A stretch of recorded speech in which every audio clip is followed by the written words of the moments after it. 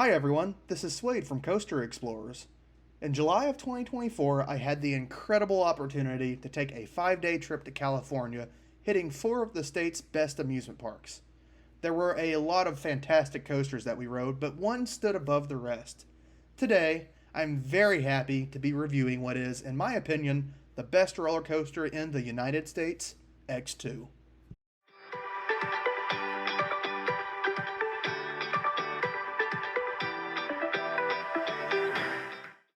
X2 is probably one of the most unique coasters operating today, but the ride hasn't necessarily had a smooth history.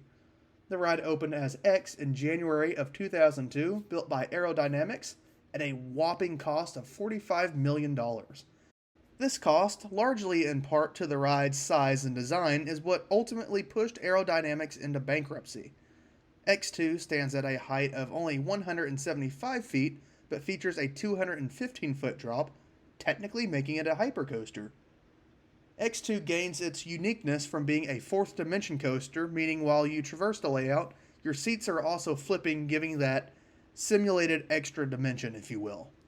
Only 6 months after opening, X2 closed indefinitely for major modifications, but it did end up reopening a few months later. In 2007, Magic Mountain spent an additional $10 million on an overhaul of X, which included new terrains, onboard audio, a fresh black and red paint scheme, and a new name of X2. These renovations were done by S&S, which acquired most of Aero's assets. So, once you board the train, your seats are going to slowly rotate backwards, and you'll leave the station actually lying on your back as you'll go around the first 180-degree turn.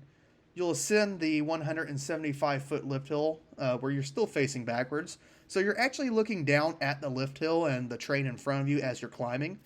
Once you reach the top, you'll enter a pre-drop section, which actually gets the train to a max height of about 190 feet before you plunge down an insane 215-foot drop at 88.5 degrees, so nearly vertical. Not entirely sure why it's not 90 degrees, but hey, what's half a degree? This is also where you'll hit the max speed of 76 miles an hour. During this first drop, your seats are going to quickly flip to face you towards the ground while you're dropping, which is absolutely insane. After that first drop, you're going to enter an inside Raven turn where your seat will again flip halfway through. That's going to take you from lying on your back to facing forward. You'll then pop up into a hill where your seat is going to rotate 360 degrees in reverse, which essentially is a backflip. Following the hill, you're going to enter what is called a sweeping fan turn, which admittedly doesn't do a ton, but it serves as a nice little break before you'll flip 180 degrees to lying on your back again. You'll then pass through some special fire effects, assuming that they're working, as you enter an outside Raven turn. You'll then pass through the final element of a half twist before going into the final brake run. Even though I just described to you what the layout is, good luck following it, because over all of my rides, even watching the POV while I'm making this video, I really just have no idea what's happening on this thing. That's how insane of a ride it is.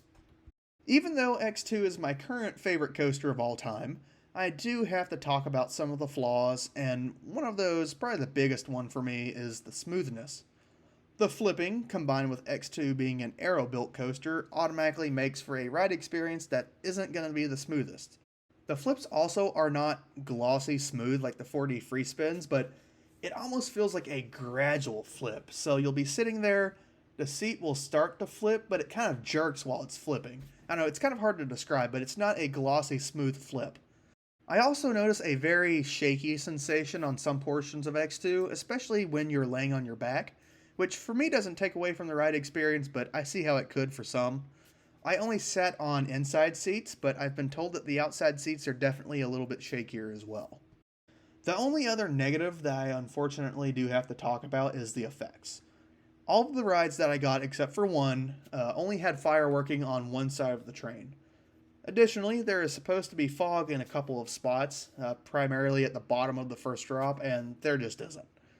X2 also has onboard audio capabilities, but again, this never worked on any of my rides. It's my understanding that Magic Mountain has made efforts to fix the fire effects, but the audio and fog has been missing for years. Hopefully, now that the Cedar Fair Six Flags merger is complete, the chains see the benefit of fixing these effects and puts in that money. I also hope that they work on getting the ride back up to at least 2 trains, because for whatever reason, they only had one running during peak season when we were there, which really nerfs the capacity. With that out of the way, I want to highlight all of the incredible things about X2. The presentation could not be better. X2 is going to be the very first thing you see driving into the park, and it looks incredible.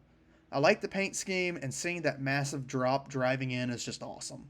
Despite my comments about the ride's smoothness, I think this is far overshadowed by how insane the ride is.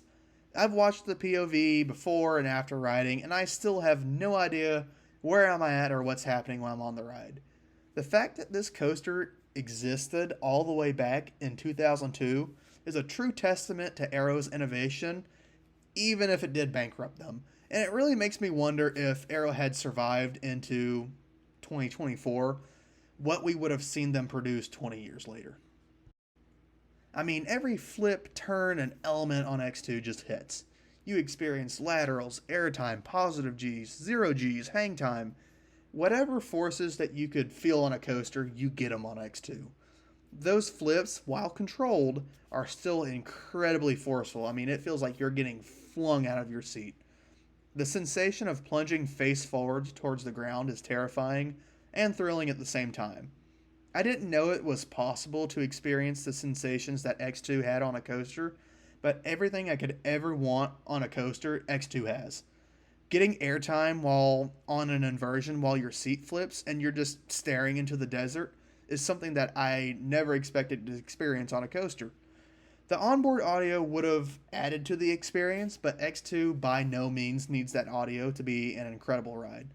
If you don't like X2, I can't fault you for that because I know the intensity just isn't for everyone. I've been on some intense coasters like Project 305, Skyrush, Steel Vengeance, but I can confidently say without a doubt that I would rank X2 as the most intense coaster that I have ever ridden. It's time for me to give X2 a score, and I think you already know that I'm giving this thing a 10 out of 10. Any negative that I've mentioned is just far overshadowed by the pure aggressive nature of this ride. I didn't expect to walk away from Magic Mountain with a coaster beating out Iron Gwazi or Velocicoaster, but X2 took that throne, and I don't see any coaster taking my number one spot for a very long time. This is the first coaster since Air Force One, before I was a coaster enthusiast, that I've actually been scared to ride. It was a good scared, but I was terrified going up that lift hill. So that's a wrap on my review of X2. Did you agree with my thoughts, my opinions, or do you think I give this coaster a little too much hype? Let us know down in the comments below, and subscribe so you don't miss any upcoming reviews, vlogs, or videos. I'll see you in the next one.